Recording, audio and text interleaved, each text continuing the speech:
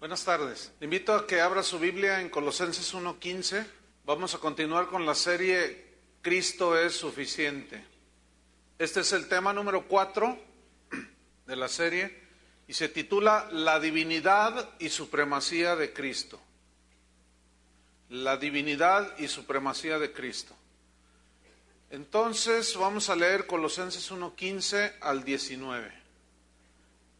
Dice así: Él, o sea Cristo, es la imagen del Dios invisible, el primogénito de toda creación, porque en Él fueron creadas todas las cosas, las que hay en los cielos y las que hay en la tierra, visibles e invisibles, sean tronos, sean dominios, sean principados, sean potestades, todo fue creado por medio de Él y para Él.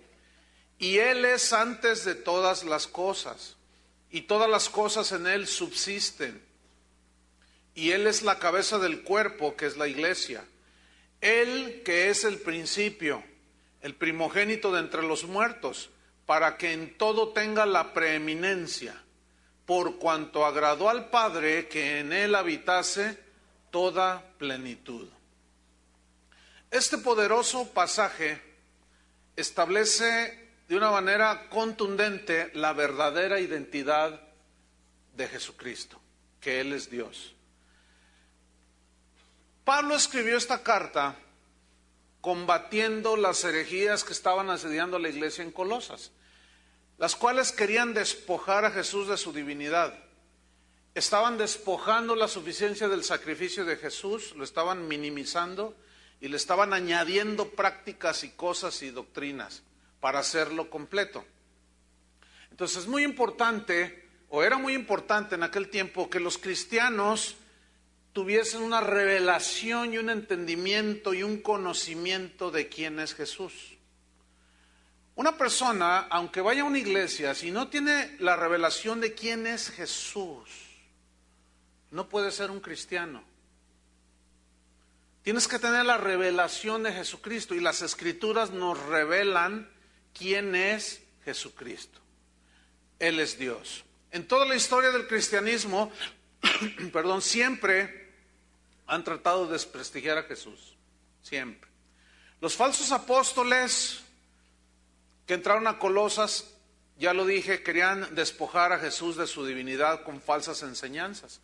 Cuando Jesús anduvo aquí en la tierra, lo acusaron y lo minimizaron, lo hicieron como uno de nosotros, lo acusaron de borracho, de comilón, de endemoniado y blasfemo.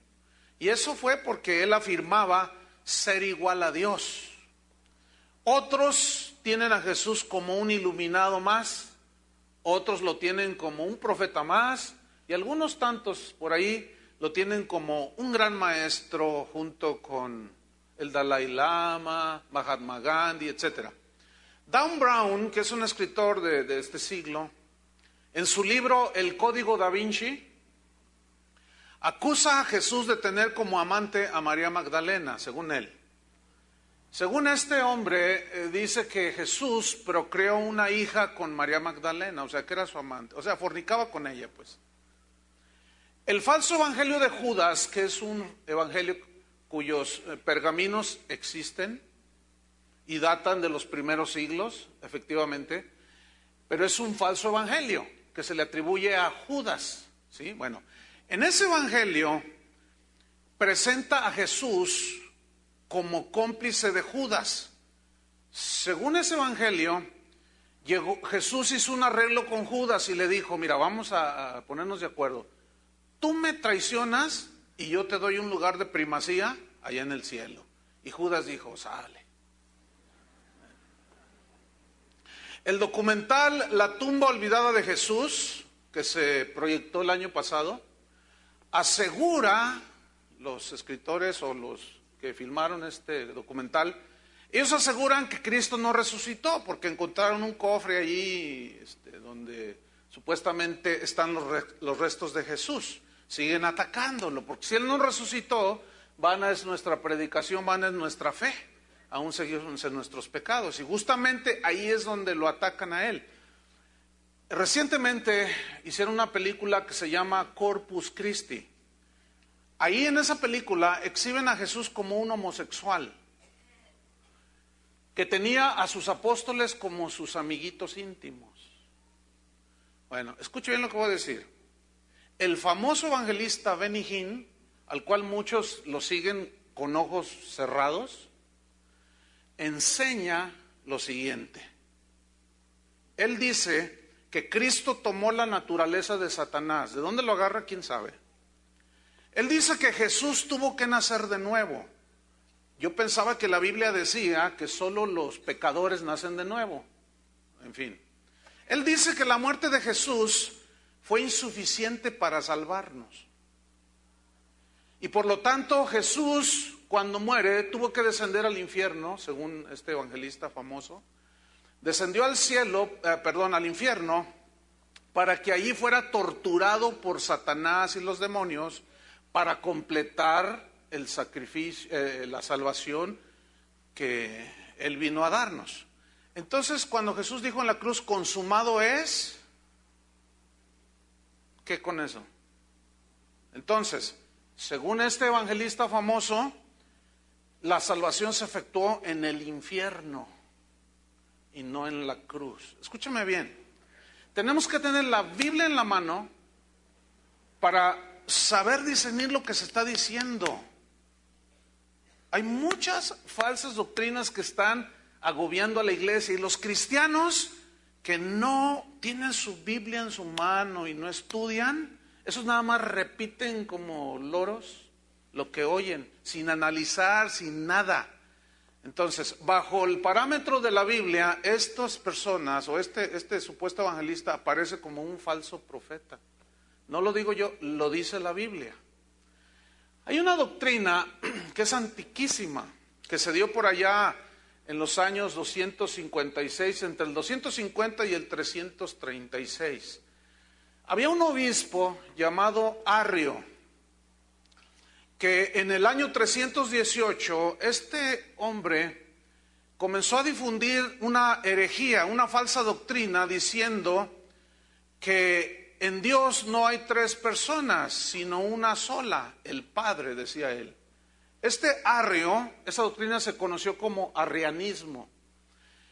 Este obispo Arrio afirmaba que Jesucristo no era divino, sino que era un ser creado por Dios el Padre para que Jesús lo apoyara en su plan de salvación. Este hombre, Arrio, decía que Jesús, al ser creado por Dios, pues hubo un tiempo en que no existía. Por consecuencia, dijo él, el verbo no es eterno. Por lo tanto, el verbo, o sea, Cristo, no es divino. Y esta herejía ha permanecido hasta nuestros días en algunas sectas, pero el representante más, contundente de esta doctrina falsa, herejía llamada arrianismo, son los testigos de Jehová. Esa secta afirma que Jesús no es divino, que es un ser creado, en fin, no es ni más ni menos que la repetición de las herejías que siempre han atacado a la iglesia, y justamente, curiosamente, lo atacan en la divinidad y en la suficiencia de su sacrificio. Por eso Pablo consideró muy importante escribir la carta a los colosenses, para decirles a los cristianos y revelarles con esa inspiración que el Espíritu Santo le dio, revelarles quién es Jesús. Bien, en el año 320, Alejandro, que era un obispo, también un líder, obispo quiere decir cuidador de la grey, el que alimenta la grey. Y había un obispo llamado Alejandro, y este convocó a un sínodo de obispos o de pastores, de líderes de aquel tiempo, en el 320. Y todos estudiaron las Escrituras y llegaron a la conclusión de que Arrio era un hereje, al despojar a Jesús de su divinidad. Por lo tanto fue excomulgado, o sea, fue cortado de la comunión de los cristianos, porque los cristianos, desde que inició el cristianismo, siempre han creído que Jesús es Dios. En el año 325, Constantino, emperador romano en ese tiempo, convocó a un concilio que se conoció como el Concilio de Nicea. Y en ese concilio se condenó al arrianismo, a esa falsa doctrina, ya totalmente. Y Atanasio, que fue uno de los que estaban allí presentes, de una manera, pienso yo, con sabiduría de Dios, sintetizó, hizo una definición acerca de Jesucristo e hizo una definición muy corta pero muy sustanciosa de lo que es Cristo para el cristiano y para la fe cristiana.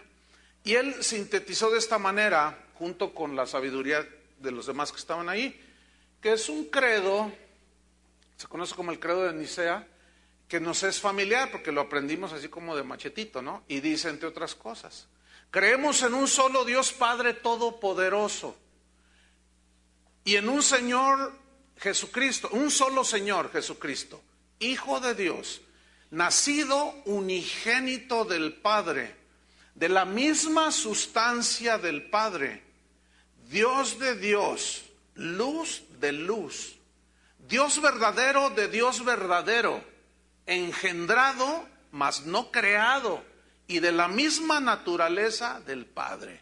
Fíjate que en pocas palabras cómo sintetizó. Yo necesito 1:30 para explicarles.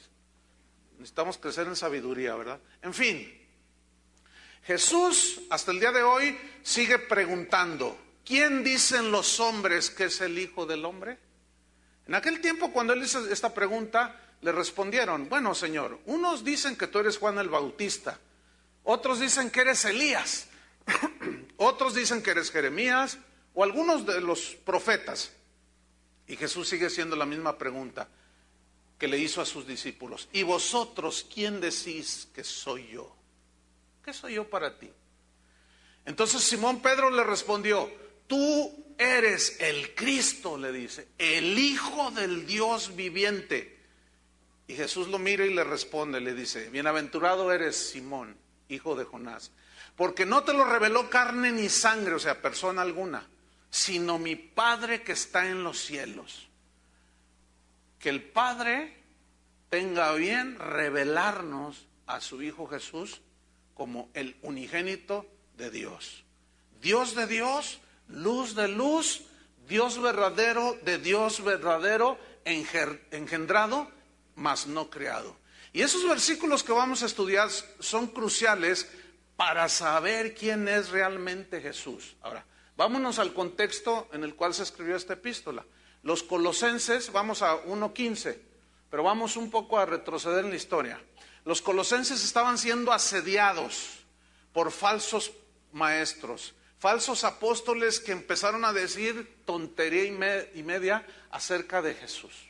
Lo rebajaron a un hombre como tú y como yo, lo despojaron de su divinidad, hicieron insuficiente su sacrificio y le añadieron un montón de prácticas y rituales. Entonces, para Pablo el apóstol era muy importante que los cristianos colosenses entendieran quién era Jesús. Y los versículos que vamos a leer nos describen de una manera maravillosa y profunda quién es Jesús. Vamos pues a Colosenses 1:15.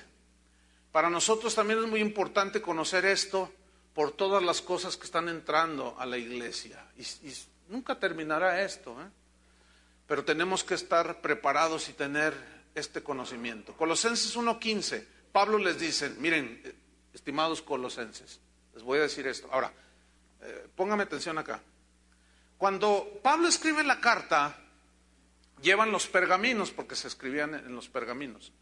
Entonces se junta toda la asamblea de los colosenses. Entonces entiendo que fue Epafras el que les leyó la carta. Entonces les dice, miren, esto que les voy a leer lo escribió el apóstol Pablo. Y todos lo reconocían como el apóstol Pablo, ¿verdad?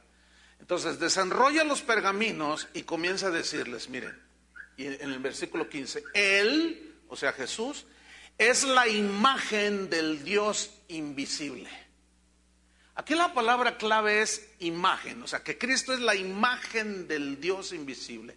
La palabra imagen se traduce de un vocablo griego, eikon, que significa copia exacta, semejanza exacta de aquello que se representa. Es decir, Pablo les está diciendo, Jesús mis estimados colosenses, es exactamente igual al Padre en sus atributos divinos. Es Dios. Nosotros, los seres humanos, los hombres, fuimos creados a imagen y semejanza de Dios. ¿Sí o no? Así dice. Pero ¿en qué sentido es que fuimos creados a imagen y semejanza de Dios?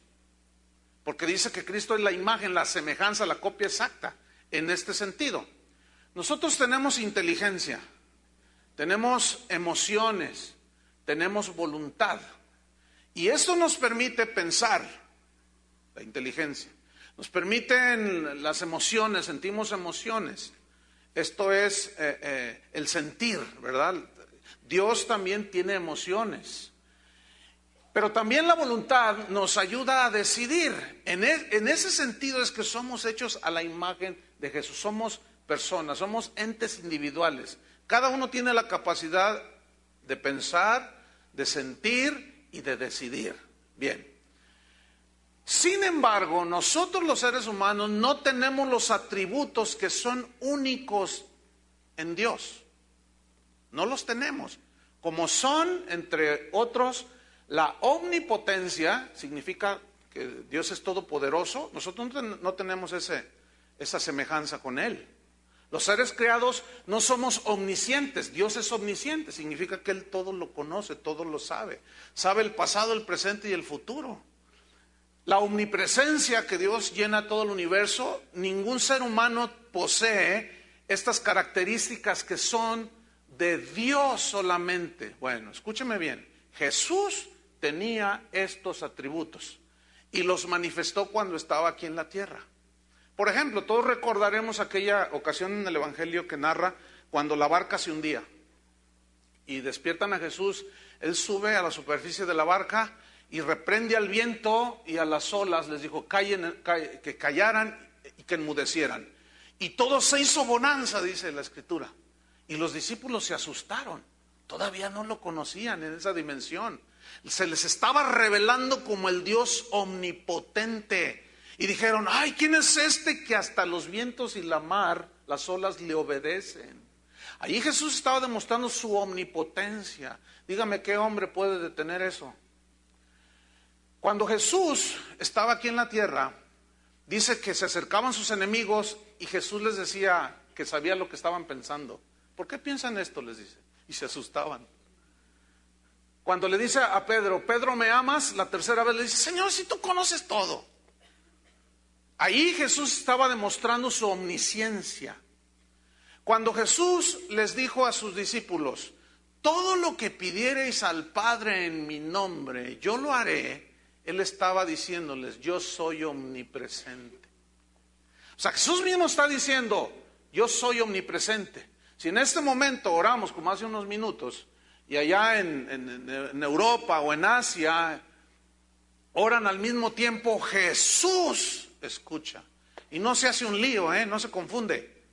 ¿Por qué? Porque es omnisciente, es omnipotente y es omnipresente. Y los seres humanos no tenemos esos atributos que solo Dios tiene. Y Jesús los tenía. Nosotros somos simplemente humanos. Jamás llegaremos a ser divinos. La mentira del Edén, que Satanás le dijo a Eva, seréis igual a Dios, sigue vigente hoy. Sigue entusiasmando la carne y el egoísmo de las personas diciendo, tú serás semejante a Dios. Jamás llegaremos a ser divinos, jamás llegaremos a ser como Dios en su esencia, jamás. Como creen, por ejemplo, los mormones. Su doctrina de ellos es que dicen que ellos pueden llegar a ser dioses. Pero últimamente se ha dado una herejía, una falsa doctrina, es una doctrina de demonios, de las que habla Pablo a Timoteo, que se conoce como el dominionismo, o también se conoce como el reino ahora.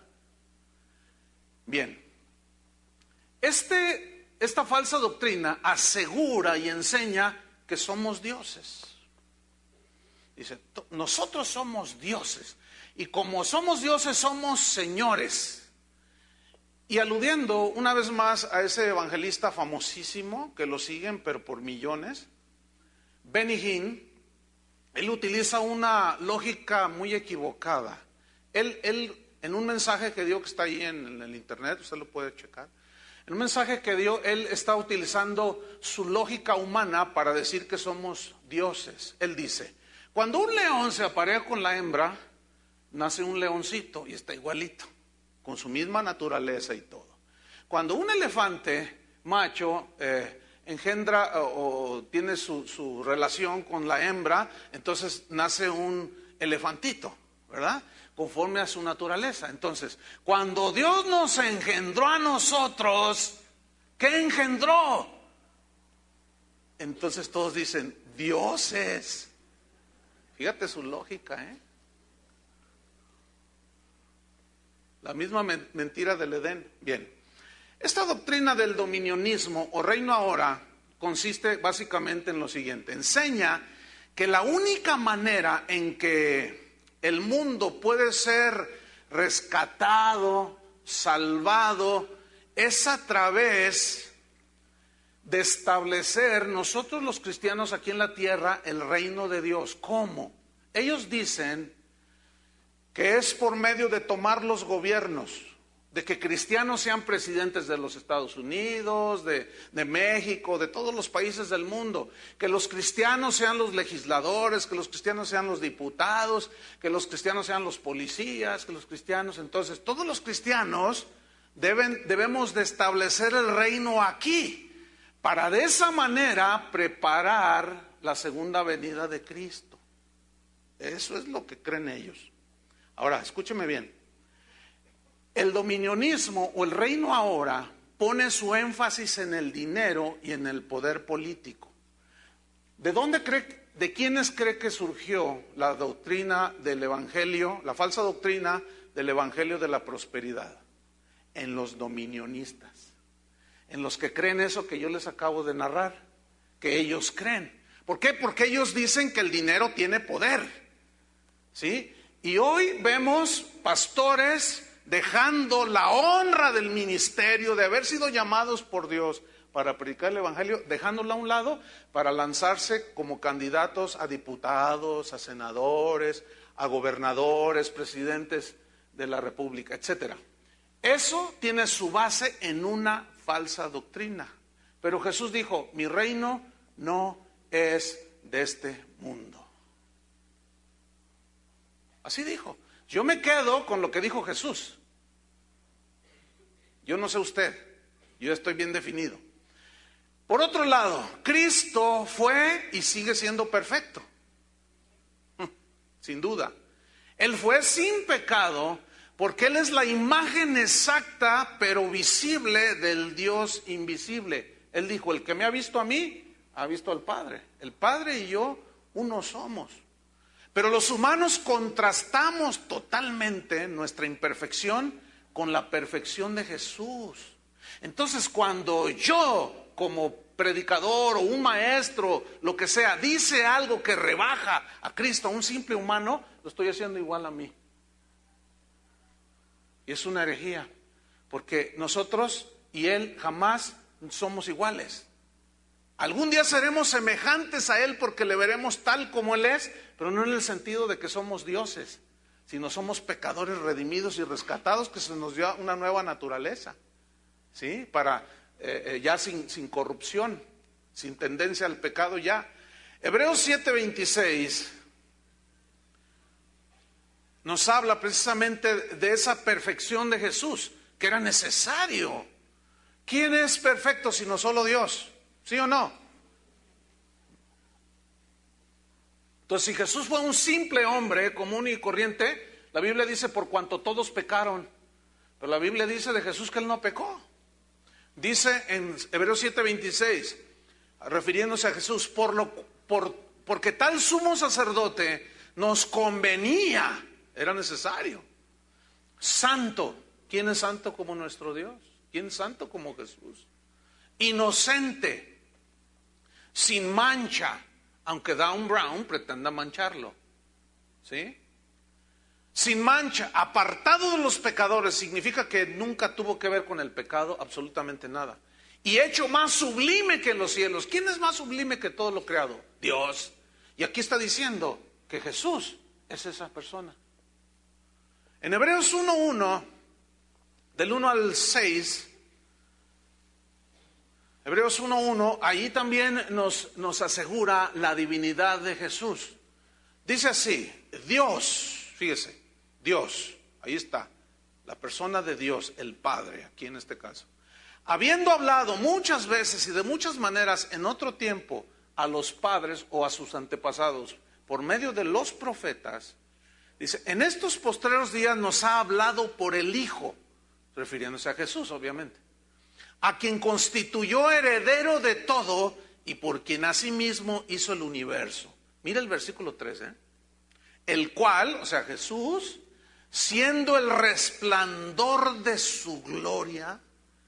Esa frase, Jesús, el resplandor de la gloria de Dios, significa lo siguiente, que Jesús, la persona de Jesús, expresa todo lo que Dios es en su naturaleza y en sus acciones.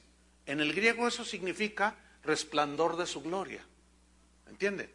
Jesús, siendo uno con el Padre, refleja la gloria de Dios, manifestando en sí mismo, o sea, en Jesús, Él manifiesta lo que Dios es. Por lo tanto, no hay una manera de manifestarlo si no es Dios. Aquí el asunto ya entra en un aspecto doctrinal, que es el siguiente. Los primeros cristianos, y los cristianos durante los 2000 años de cristianismo, siempre han creído que Jesús es Dios. Ciertamente, la palabra Trinidad no aparece en la Biblia. No está, por más que la busquemos. Esa se le atribuye a uno de los padres de la iglesia, esa frase, la Trinidad. O sea, que Dios es en tres personas, Dios Padre, Dios Hijo y Dios Espíritu Santo. Y se sintetizó en esa palabra, uno, Trinidad, ¿sí?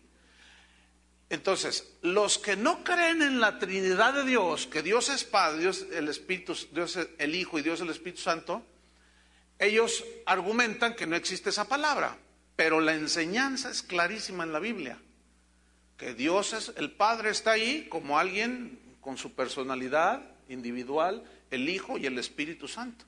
¿Se acuerdan cuando Juan el Bautista bautizó a Jesús? Dice que cuando él desciende al agua, dice que se oyó una voz ¿de quién? ¿De dónde vino esa voz? Del cielo. Que dijo, este es mi Hijo amado. El Padre, el Hijo, y después descendió el Espíritu Santo como paloma. No, nomás que le ponen alas y ponen una palomita, no dice, como paloma. ¿Cómo aterriza y se posa una paloma? Muy suave. A eso se refiere. Pero vemos ahí entonces Dios Padre, Dios Hijo, Dios Espíritu Santo. Ok. Entonces, aquí está diciendo que Jesús es la imagen misma de Dios, que Él es el resplandor de la gloria de Dios, que es la manifestación de todo lo que Dios es. Bien, sigo leyendo. En el versículo 3, siendo el resplandor de su gloria y la imagen misma de su sustancia, Dios de Dios, luz de luz, Dios verdadero de Dios verdadero, ¿entiende? La imagen misma de su sustancia y quien sustenta todas las cosas con la palabra de su poder. Está hablando de Jesús. ¿Quién es el único que puede sustentar todo? Dios. Y está hablando del Hijo. Ok.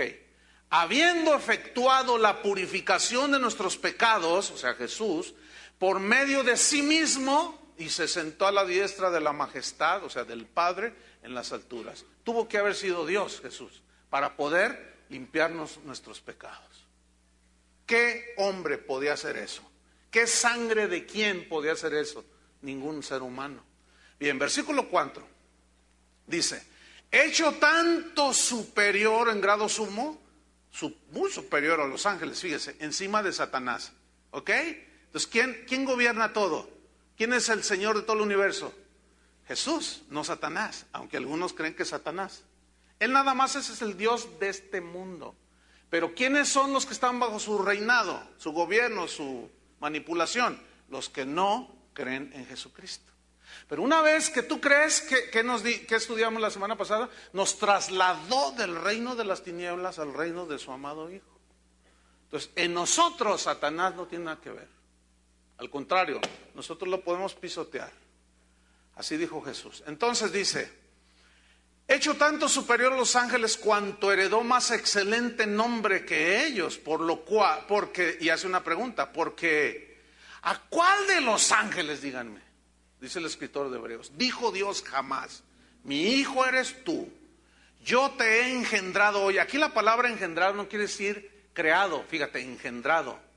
Ahí en la genealogía de Jesús, cuando dice que Adán, Eva y engendró a sus hijos, y se va toda la genealogía, y cuando llega al nacimiento de Jesús dice, y María, José dice, de quien junto con María, o sea, diciendo que María fue la que, allí ya no aparece la palabra engendrar en la genealogía de Jesús, porque él no fue engendrado humanamente, él fue engendrado por Dios. Dios puso la semilla.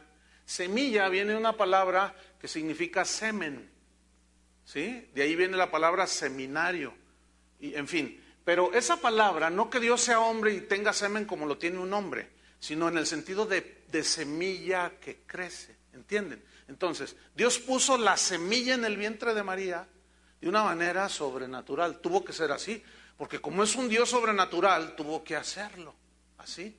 Entonces le dice, y otra vez dice, yo seré a él padre y él me será mi hijo. Versículo 6, otra vez. Cuando introduce al primogénito en el mundo dice, o sea, el padre, aquí está hablando el padre del hijo, está hablando del hijo, y dice, adórenle todos los ángeles de Dios. A ver, aquí viene una pregunta. Si Jesús no fuera Dios el Hijo, ¿por qué Dios el Padre ordena que adoren a su Hijo? Tiene sentido, ¿no? La adoración solo le pertenece a Dios, ¿sí o no? Si Jesús no fuera Dios, entonces ¿por qué recibió la adoración de la gente? Como hay algunos casos en la Biblia de gente que sanó y dice que uno llegó y se postrándose a sus pies, lo adoró, dice. Ahora, si Jesús no fuera Dios, le hubiera dicho, no, espérate, a mí no me adores, adora a Dios, yo soy un hombre. Pero Jesús no dijo nada. ¿Por qué aceptó la adoración? Aquel acto de aquella mujer que quebró el frasco de alabastro en profunda adoración, ¿por qué Jesús la aceptó? Porque es Dios. Si no fuera Dios, hubiera dicho, no recibo nada de esto, porque Él venía precisamente, en caso que Él no fuera Dios, pues Él venía a revelarnos a Dios, al Padre o a Dios, ¿sí? Pero al recibir la adoración, toda la Biblia, desde el principio hasta el fin, revela al Hijo como el Salvador ciertamente y como la imagen misma de Dios. Entonces, si Jesús recibió la adoración y no es Dios, es un falso profeta. Y tú y yo estamos siguiendo a un falso maestro. Y somos idólatras. ¿Y a dónde se van los idólatras? Entonces, ¿a dónde te vas a ir? No, dice. Cuando a Juan se le reveló el ángel y le reveló cosas del Apocalipsis, ahí en los últimos capítulos, dice que Juan vio el ángel y cayó postrado a sus pies, dice, para adorar al ángel. Y el ángel, ¿qué le dijo el ángel? No, adora a Dios. Entonces, si Jesús aceptó la adoración es porque es Dios. Entonces, si no fuera, entonces estamos siguiendo a un falso maestro. Pero no es así, estamos siguiendo al mismísimo Dios revelado en su Hijo Jesús. Filipenses 2:5 dice así, 2:5 y 6. Dice así, haya pues en vosotros este sentir que hubo también en Cristo Jesús, el cual, siendo en forma de Dios, no estimó el ser igual a Dios como cosa a que aferrarse. La frase siendo en forma de Dios significa en su naturaleza, siendo de la misma naturaleza, Dios de Dios, luz de luz, Dios verdadero de Dios verdadero. A pesar de eso dice, no estimó el ser igual, fíjate, similar, de la misma sustancia y naturaleza a Dios, como cosa a que aferrarse. El versículo 7 dice, sino que se despojó a sí mismo y se humilló, tomando forma ¿de qué? De siervo, o sea, de hombre. Ese es el asunto. Los musulmanes dicen, no, Jesús, ¿cómo va a ser Dios? Es imposible que Dios se haga hombre. Bueno, ante esa aseveración que dice el Corán, ¿habrá algo imposible para Dios? Pues ya está contestada la pregunta. Vamos adelante. Colosenses 1:15. Vámonos allí.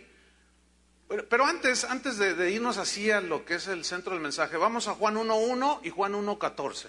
Es importante esto. Porque Juan, el apóstol, él tuvo la revelación del Hijo de Dios, de Jesús, del unigénito del Padre. Y él escribió lo siguiente, dice, en el principio era el verbo. Aquí principio no significa inicio, no, sino significa que siempre había existido. El eterno, dice, en el principio era el verbo.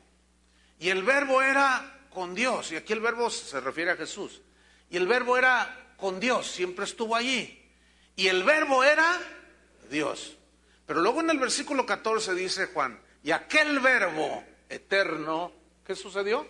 Se encarnó, tomó forma de hombre, fue hecho carne y habitó entre nosotros. Y mira lo que viene a continuación, dice, y vimos, él lo vio, y vimos su gloria como del unigénito del Padre.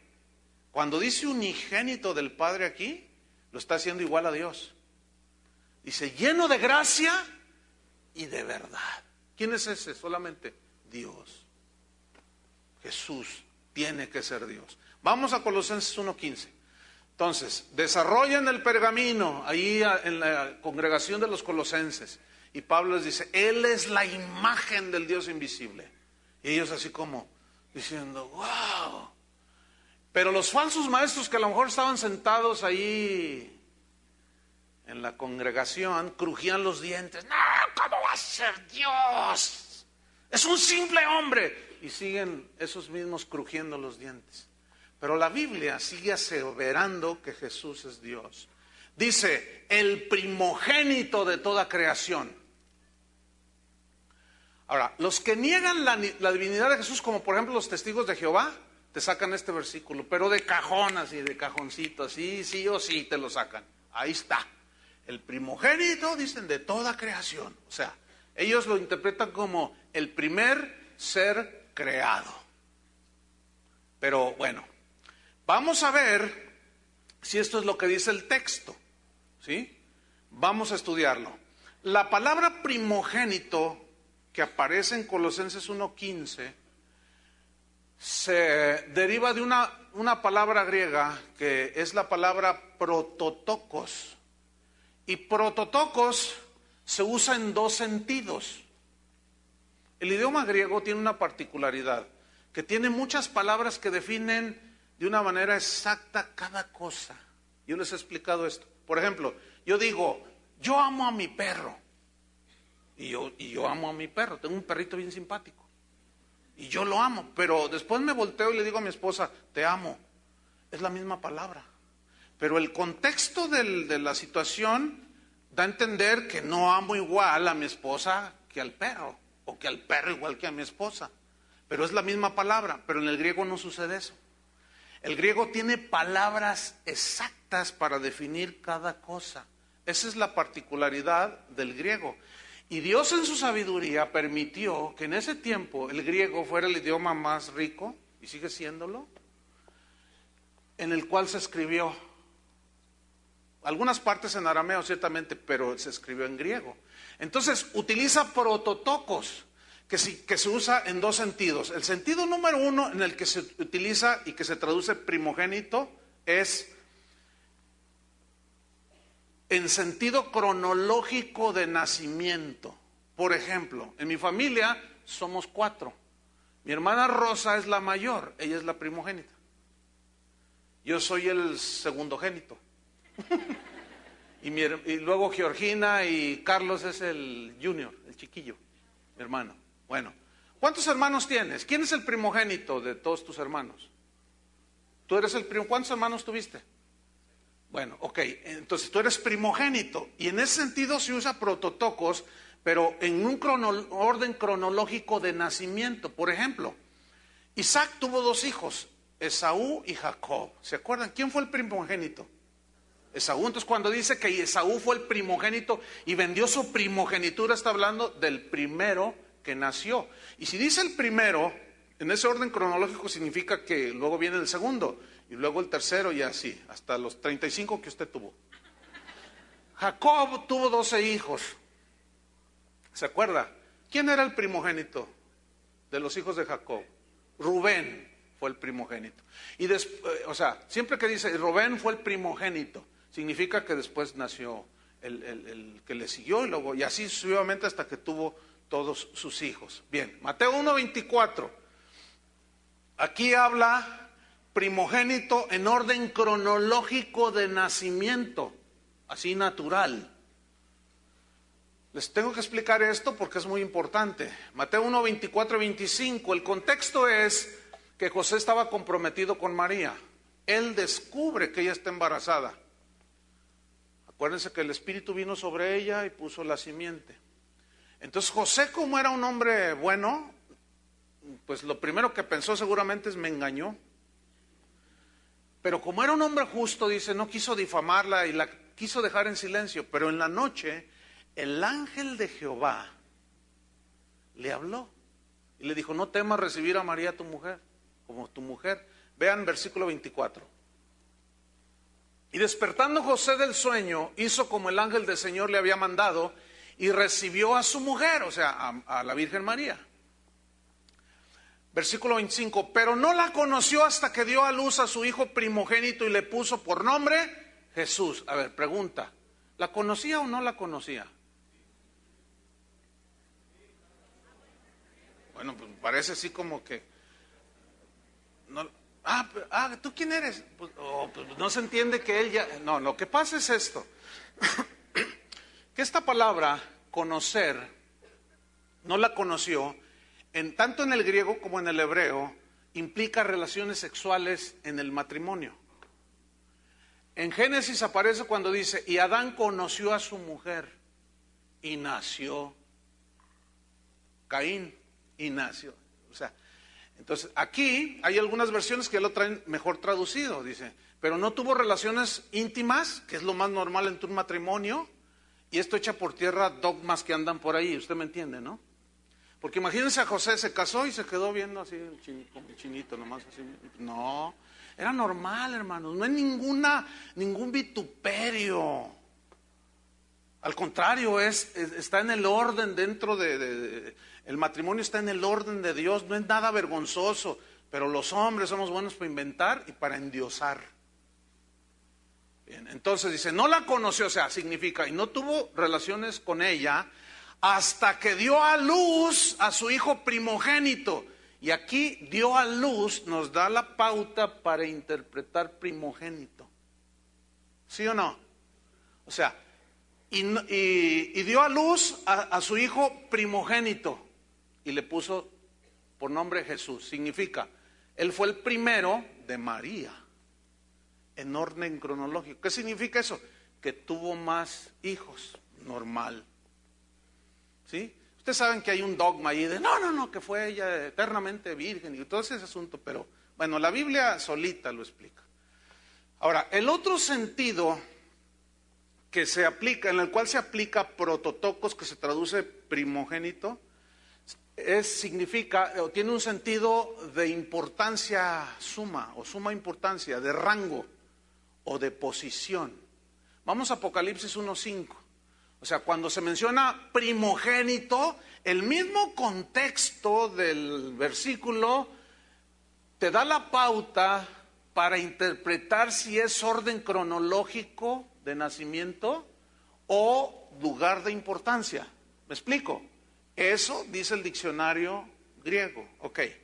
Apocalipsis 1:5 dice, y de Jesucristo el testigo fiel.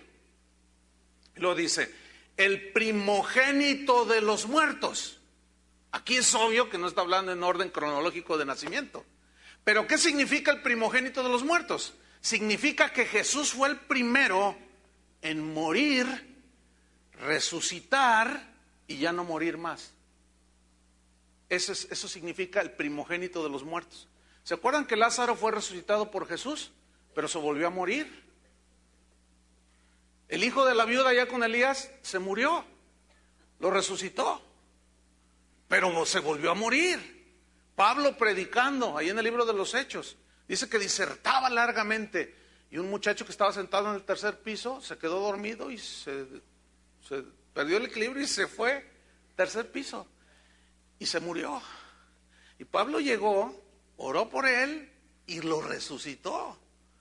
Pero ese muchacho se llamaba Eutico, me parece, ¿no?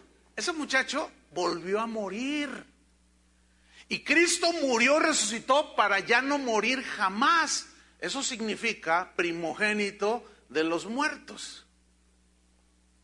Y luego sigue diciendo en Apocalipsis. Y el soberano de los reyes de la tierra. ¿Qué significa soberano? Significa que a nadie le pide permiso para nada. Significa que gobierna en sí mismo, que tiene toda la sabiduría y toda la inteligencia para hacer las cosas como Él quiere. Eso significa soberano. ¿Y de quién está hablando? De Jesús. ¿Quién es el único soberano? Dios.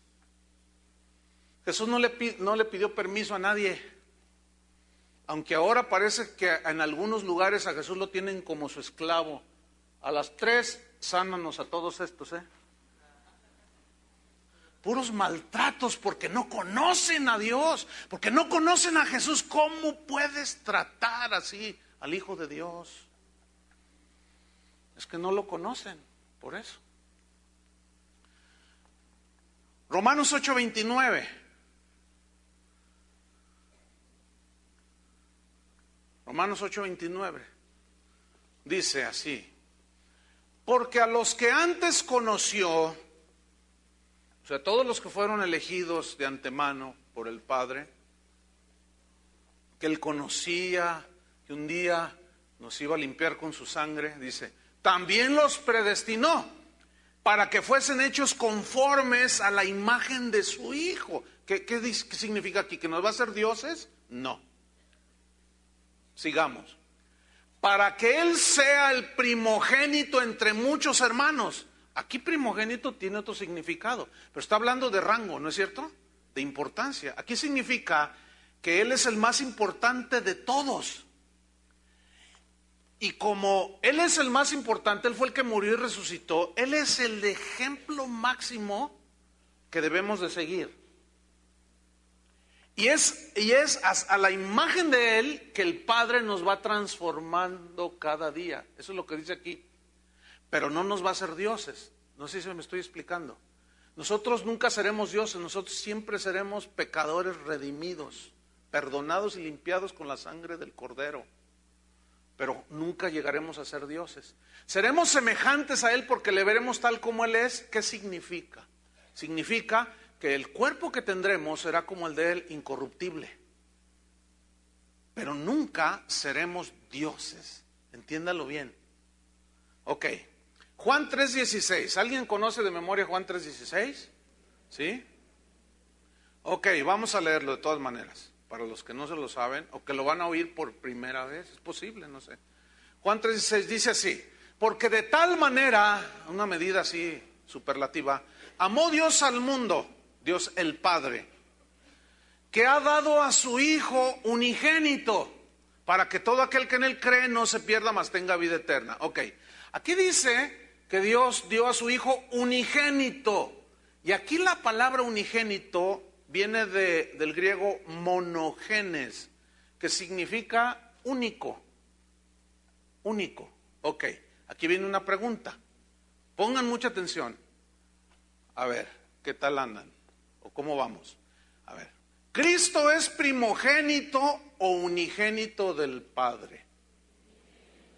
Ah, muy bien. Porque si Cristo fuera primogénito del Padre, entonces fue creado.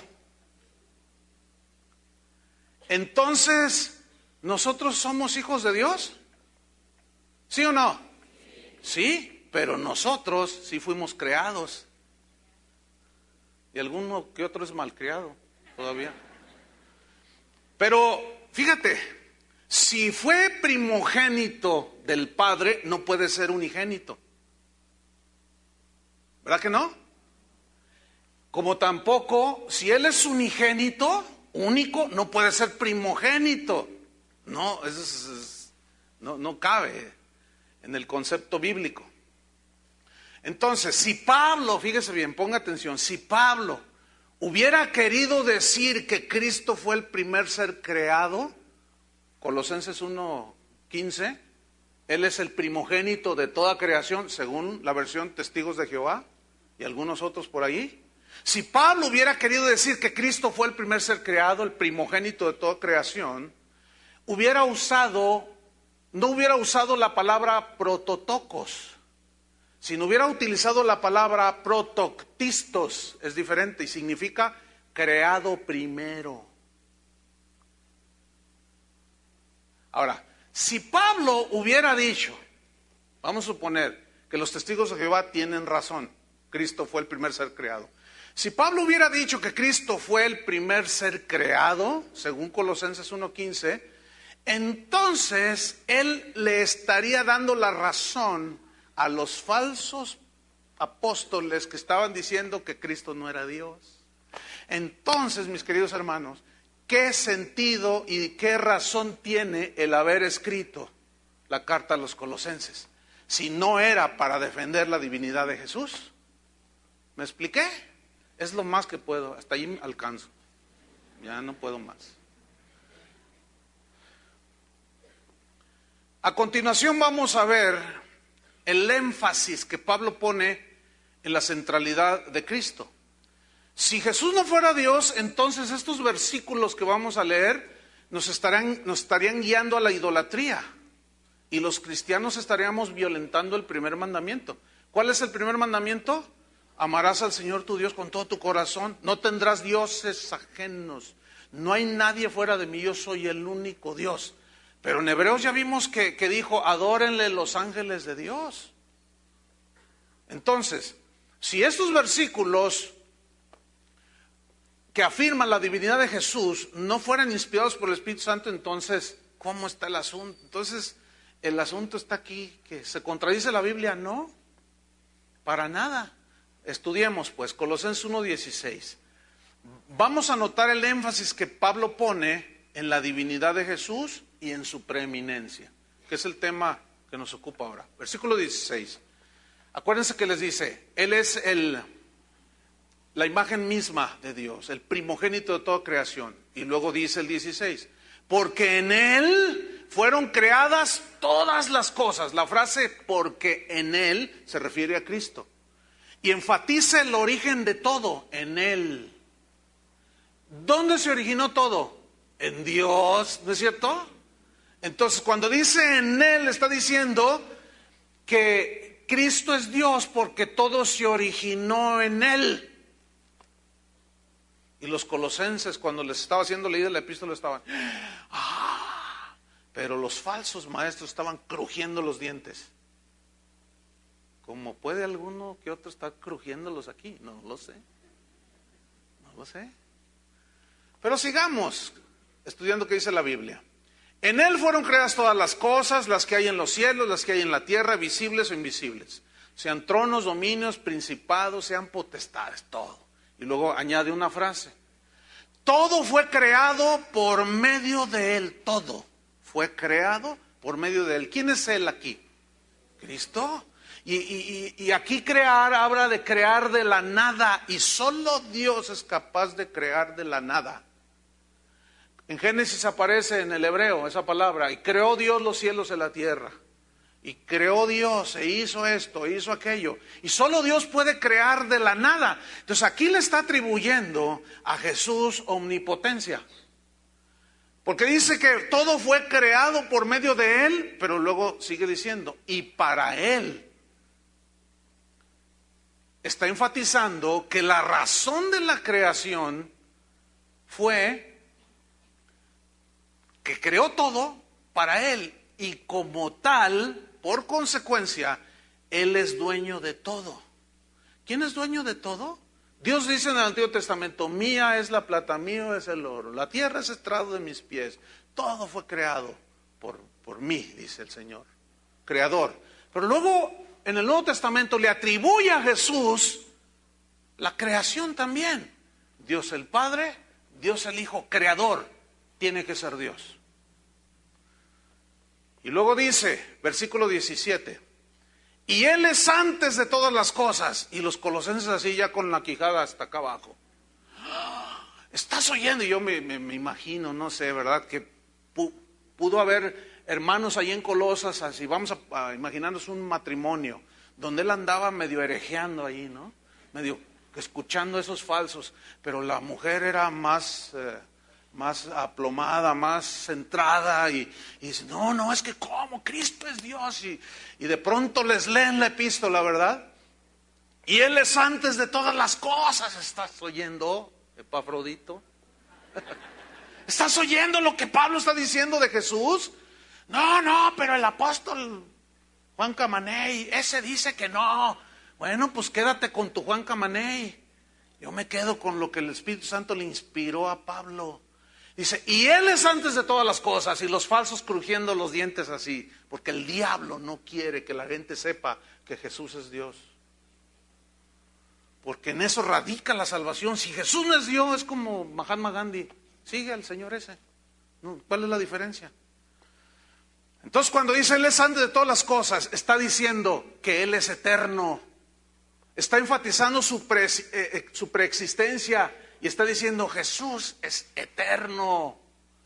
Porque Él es antes de todas las cosas y en Él fueron creadas las cosas. Y luego sigue diciendo el versículo 16, y todas las cosas, visibles, invisibles, etcétera, en Él subsisten. ¿Qué significa esto?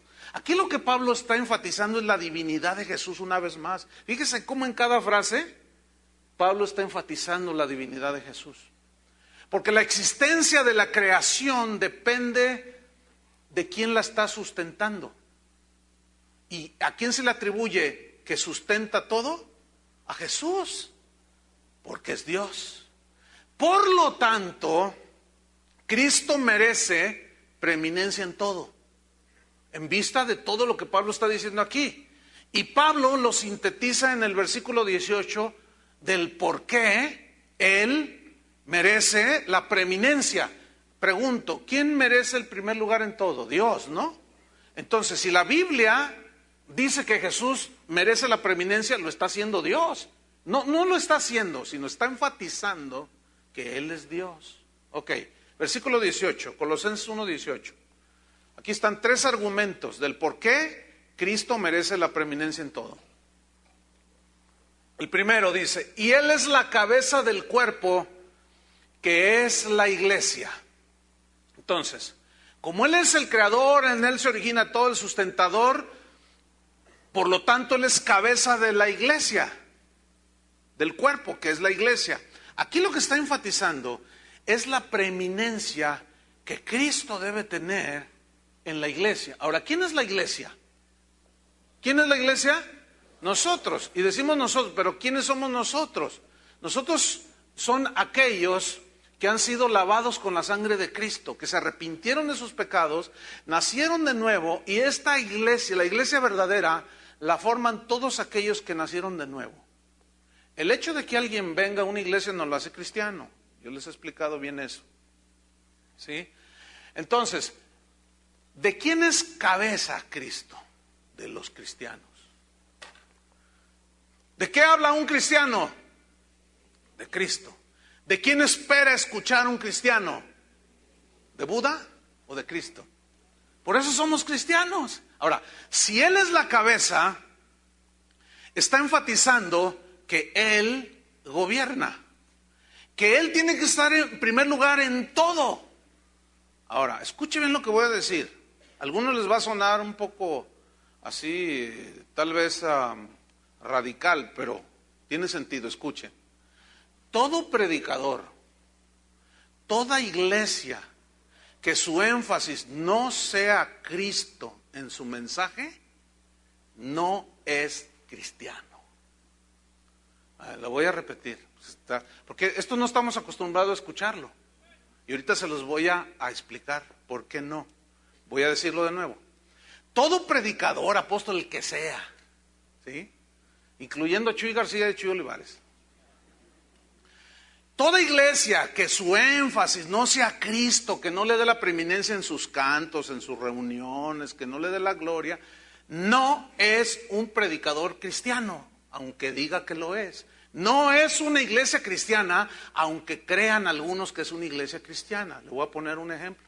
Los mormones, ellos mencionan a Jesús. ¿Son cristianos? No. Los testigos de Jehová, ellos mencionan a Jesús también.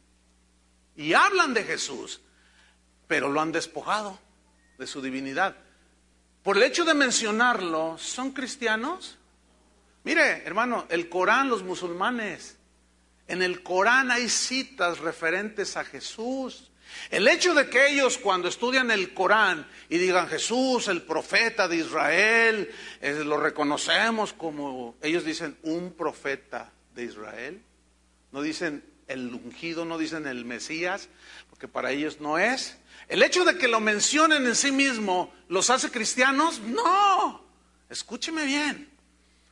Aunque yo, usted, cualquier predicador mencione a Jesús, ese solo hecho no hace a nadie cristiano. El hecho de que afuera haya letreros, iglesia cristiana, el pozo de Jacob, no significa que es una iglesia cristiana. ¿Cómo? ¿Por qué? Por la preeminencia que le dan a él. Si es Señor, si es el Cristo, si es el ungido de Dios, si es el unigénito de Dios, ese predicador, ese maestro de la Biblia, esa iglesia le da la preeminencia a Jesús. Por eso, de ahí se entiende que es cristiano.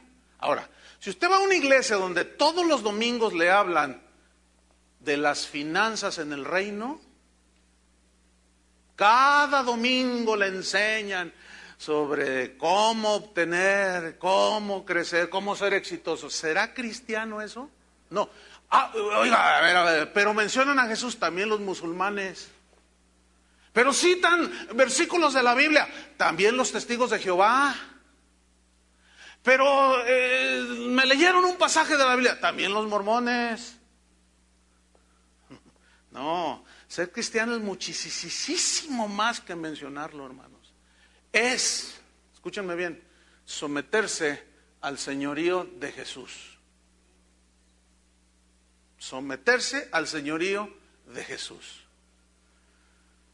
2 Corintios 4:5. Aquí está, mire. Pablo dice, porque no nos predicamos a nosotros mismos, sino a Jesucristo como Señor. Ahí está. Ahora, ¿qué significa predicar a Cristo como Señor? La palabra Señor aquí viene del griego kurios, que significa supremo en autoridad. ¿Ve? Ahí está, supremo. Significa soberano, amo. Y es un título que solo se le atribuye a Dios. Pero resulta que en el Imperio Romano, a los césares, quienes se creían Dios, se les decía el Señor, Ave César decían, ¿sí? Y decían, César es el Señor. Entonces cuando llegó el Evangelio y la gente empezó a convertirse a Cristo, se empezaron a ser cristianos, se empezaron a meter en problemas que algunos pagaron con su vida. ¿Por qué? Porque cuando el emperador romano se paseaba por las calles de Roma, o iba a alguna expedición o qué sé yo, llevaba voceros por delante que decían, ¡el César! O sea, vociferando, ¡el César! ¿Para qué? Para que todos se postraran. ¡César es el Señor! Decían. Entonces, al pasar, los que tenían como supremo y como Dios al César, pues se postraban. Pero resulta que había algunos cristianos por ahí, pero eso es ya de veras. No como usted comprenderá. Entonces decían, ¡César! Y ellos se quedaban de pie. Y los demás, los soldados, ¿qué?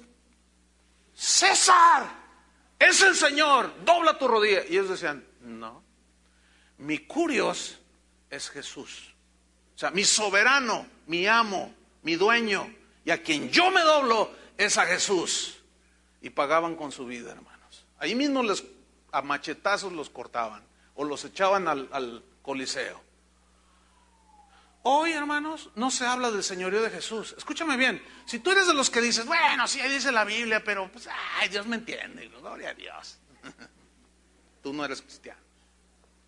Si Cristo no señorea en tu vida, por eso cuando viene cualquier cesarín por ahí, te le postras, te le hincas, le pagas, le das dinero, todo. Porque esa es la idolatría, ¿verdad? Y vienes a la iglesia y te tienen que estar diciendo, apóyennos, traigan a sus hijos antes. Eso es por bien de ustedes. Pero como no hay un entendimiento de quién es Jesús, estoy cansado, Dios sabe, Dios me conoce. Bueno, sí, trátalo igual como a tu patrón. Pero escúchame bien, llega tarde a tu trabajo. No me miren feo, porque yo les puedo mirar más feo. Llega tarde a tu trabajo, no seas responsable. ¿Y? Patitas, ¿para qué te quiero? Vas para afuera. ¿Por qué? Porque es tu patrón. ¿Quién es Jesús, hermano? ¿Quién es Jesús? Yo no soy muy amigo de estar así como tipo, es que tienen que... No. Yo estoy más bien por enseñar quién es Jesús y ustedes mismos, Jesús, no, Jesús, soy cristiano, punto. No tienen que andarme arriando ahí como vaca. No, yo sé quién es Jesús, yo sé a quién me le doblo, sé mis responsabilidades, sé lo que tengo que hacer, porque Él es mi Señor. ¿De cuánto es el Señor? Bueno. Entonces, Cristo como cabeza tiene el control de cada parte de su cuerpo, que somos nosotros. Cristo da dirección a cada miembro de su cuerpo, que somos nosotros. Hay una relación individual que cada uno de nosotros debe tener con Dios. Las sectas te aseguran que el único que oye a Dios es el líder de la secta, el iluminado. Entonces, si tú algún día dices, ay, Dios me habló, te dice, no, a mí Dios es el que me habla. Yo aquí estoy como el apóstol, el iluminado, y a ustedes no les habla ni la Virgen. Pero a mí me habla Dios, dice. Y aquí le da la revelación. Y una desarta de tonterías. Hermano, ese no es el concepto de la Biblia. Como miembros del cuerpo de Cristo, Él es el que nos da vida. Los hijos de Dios somos guiados por el Espíritu Santo. Entonces, yo estoy predicando aquí ahorita. Tú tienes el Espíritu de Dios. Dios te está hablando a ti conforme a lo que Él quiere hablarte, en base a lo que se está enseñando. Escúchame bien, cuando en una iglesia o en la televisión un predicador diga, aquí se hace solamente lo que yo diga, salte corriendo pero rápido. Porque esa no es una iglesia cristiana. Ahí no le dan supremacía a Jesús. Cristo no es la cabeza, es el cabezón ese. Porque está diciendo, aquí mando yo y aquí solamente yo mando y ordeno y aquí nadie más dice nada. Nadie más dice nada, mi estimado. ¿Quién es el que da las órdenes? Jesús. Por eso dice, en vista de todo esto, creador, sustentador, Él es cabeza de la iglesia. Pero luego, para irnos al final, Colosenses 1:18 dice, Él que es el principio, dice, sigo en el versículo 18. Aquí esta frase, que es el principio, viene del griego arché, que habla del origen de todas las cosas. Es decir, ¿en quién se originó la iglesia? ¿En quién se originó todo? En Dios, y se le atribuye a Cristo. ¿En quién nace la iglesia? En Cristo. ¿A quién le pertenece la iglesia? ¿Al pastor o a Cristo? ¿Quién va a gobernar la iglesia? ¿El pastor o Cristo?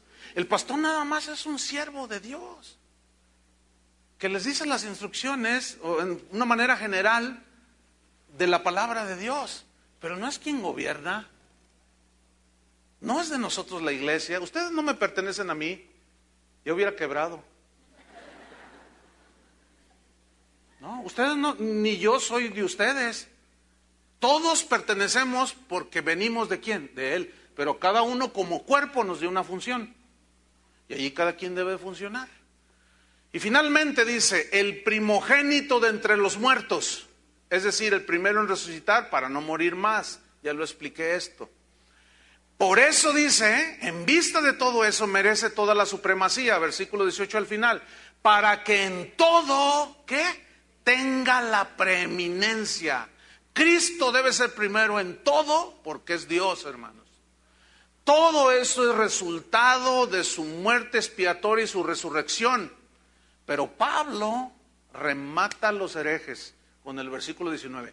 Para ese entonces ya los colosenses estaban así como diciendo, no, estos falsos apóstoles hay que darles corretiza.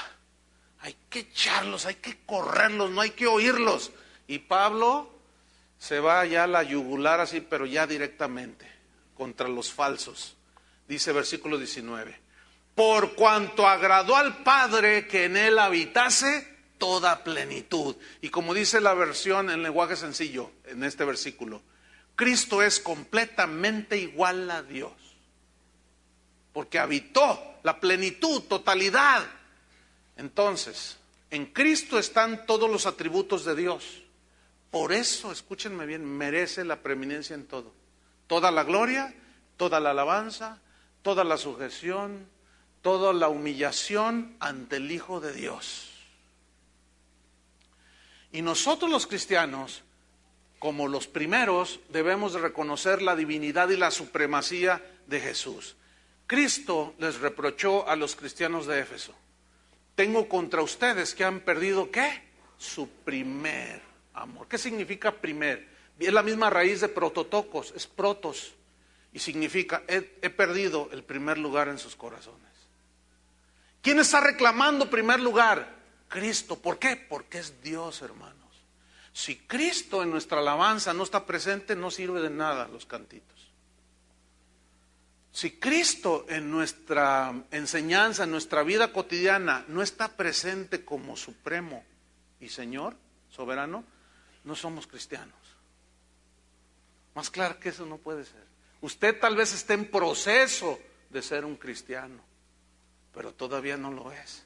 Hasta que tenga a Jesús, no que tenga, sino que reconozca el señorío de Jesús y usted se someta. Termino con Colosenses 1:15 al 19, pero en la versión Palabra de Dios para Todos, que de una manera muy interesante hace una versión de estos versículos que hemos estudiado, que se nos aclara todavía más. Escuchen, dice así, Colosenses 1:15. Nadie puede ver a Dios, pero Jesús es Dios en forma visible y supremo Señor de la creación. Cuando dice primogénito, Él es la imagen de Dios, el primogénito de toda creación. Versículo 16. Con su poder creó todo lo que hay en el cielo y en la tierra, todo lo que se ve y lo que no se ve, ya sean seres espirituales, poderes, autoridades, gobiernos, gobernantes, todo ha sido creado por Él y para Él. Cristo existió antes que todas estas cosas. Y todo el universo sigue su curso gracias a Él. Cristo es la cabeza de la iglesia, que es su cuerpo. Él dio comienzo a todo. Él fue el primero en resucitar de la muerte. Entonces, y por lo tanto, dice, Él es el más importante en todo sentido. Y a Dios le agradó que todo lo que Él es habitara en toda la plenitud en Cristo. Cristo es suficiente. A mí me basta y hasta me sobra que se los comparto. Yo no necesito ningún otro maestro. Yo no necesito añadirle a su salvación. Cristo es suficiente para mí. ¿Para ti también? Que Dios te haya revelado al unigénito Hijo de Dios. Ponte de pie. Levanta tus manos y adorémosle un momento.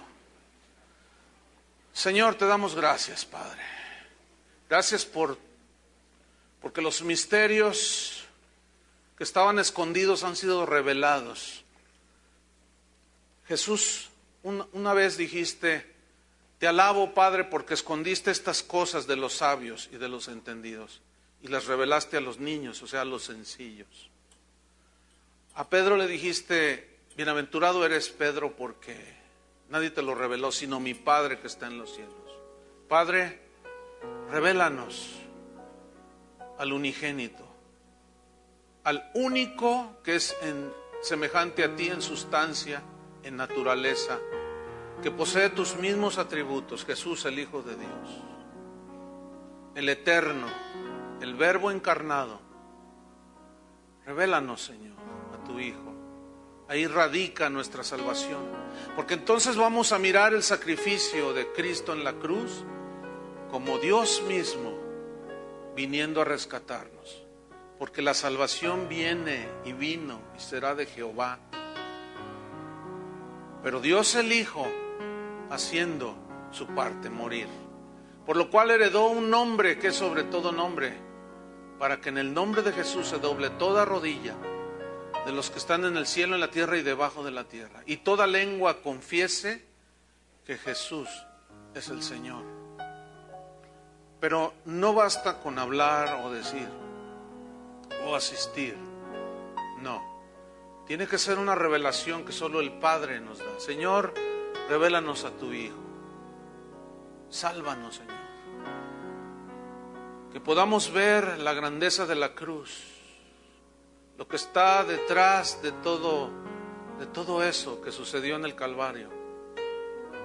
¿Y quién fue el que crucificaron? Que fue el mismo que resucitó, en quien están escondidos todos los tesoros de la sabiduría y del conocimiento. Cristo, sabiduría de Dios, Señor de la creación, Verbo encarnado, el gran yo soy, el alfa y el omega, el principio y el fin, el que abre y cierra puertas, el único Dios verdadero, y Jesucristo, Dios de Dios, luz de luz, y Dios verdadero de Dios verdadero, engendrado por el Padre, mas no creado. Jesús recibe toda nuestra adoración, nuestra gratitud, y queremos darte la preeminencia en todo, Señor, y reconocer tu señorío y someternos a Él. Y cuando alguien venga diciéndonos que tú esto, que tú lo otro, aquello, más allá, volvamos a la Biblia, a tu palabra, Señor, donde dejaste establecido quién eres. Gracias. Gracias, Padre eterno, por tu Hijo Jesús. Amén. Que Dios les bendiga a todos.